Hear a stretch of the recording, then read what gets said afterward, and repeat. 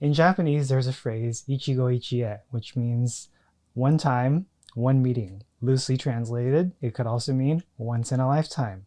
You're listening to the Daidokoro video podcast. Hi, I'm Pat Tokuyama, and you're about to discover some of the tastiest ways to feed your mind, body, and soul.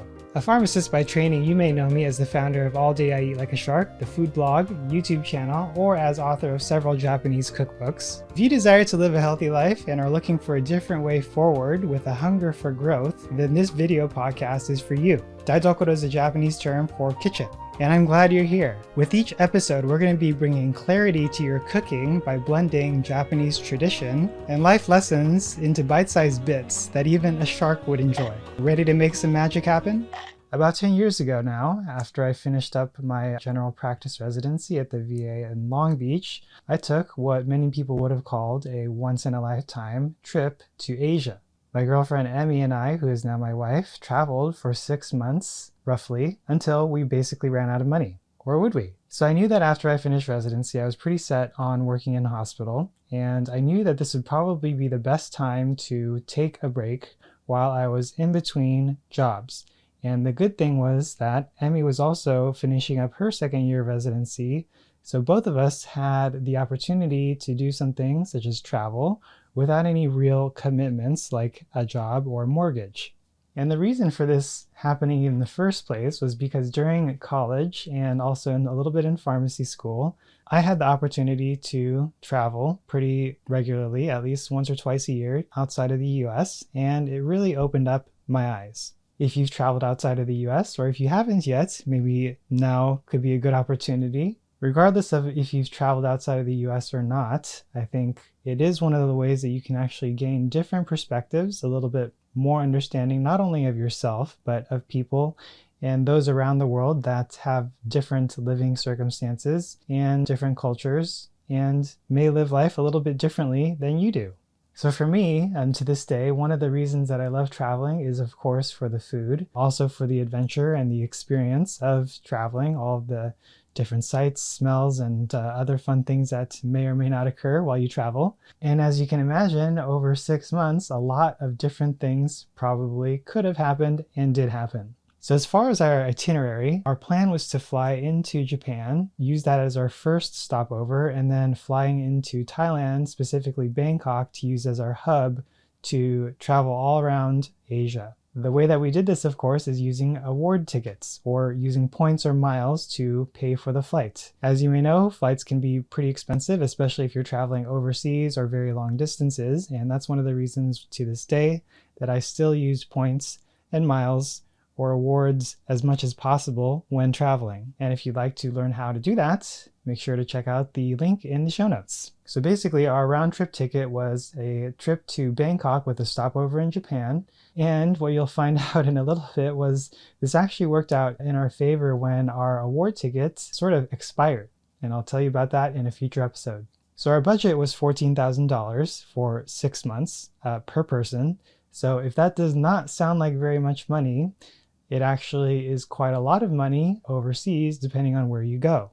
If you've ever traveled to Asia, what you may have noticed is that some of the countries have much lower living expenses than we do here in the US. So there's a lot of leverage if you're traveling from the US over to those countries where the cost of living is lower that you have with your money. So your $10 or $20 or $30 a day is going to take you much further over there than it would at home. And for most of our trip, we didn't take that much cash with us. We used mostly our credit cards as well as debit cards. And the reason being is that traveler's checks as well as foreign exchange is pretty cumbersome and not the best way to travel, especially if you're going to be traveling for a very long period of time. And even for a short trip. So if you don't have a fee-free debit card, which you use for travel, I'll link those in the description as well for you to check out. The best thing about them is that you don't have to pay ATM fees or exchange fees.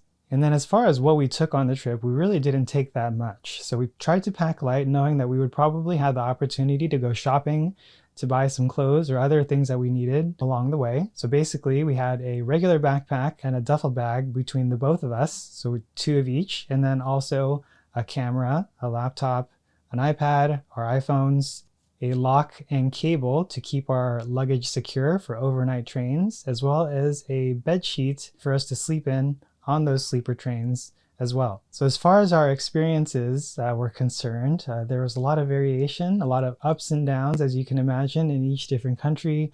Traveling from the beginning of January through the end of June, a lot of different things happened as far as seasons, events, and some pleasant and not so pleasant surprises. So in the next episode, I'll tell you how everything started off with our first stop in Japan. Before we finish, I wanted to share one of my favorite quotes. I believe this is from Henry Ford. If you think you can or you think you cannot, you're right. Since we're talking about travel and ichigoichie, or once in a lifetime opportunity, perhaps this could be the year where you decide to make something like that happen if it's been on your to-do list or want-to-do list for a very long time, or even just after listening to this episode. Thanks for joining us today from wherever you're watching or listening from. And if you haven't yet, it'd mean a lot to me if you could share your thoughts in a review on iTunes to let me know what you think of this new video podcast. Then I can take that feedback and make things better for next time. And to celebrate the launch of this brand new video podcast, we are going to be doing a little giveaway. All you got to do to enter is subscribe and send us a screenshot of your review. Make sure to check out the link in the description or show notes for all the details. And I'd encourage you to share this with a friend or a loved one, because if you've gotten value out of it, chances are they will too. Want to try cooking Japanese food at home from scratch? Head over to alldayieat.com/aisatsu, AISATSU, to get started today. And if you're new here, make sure to check out alldayieat.com/daidokoro, DAIDOKORO, for all the show notes, bonus materials, resources, and more.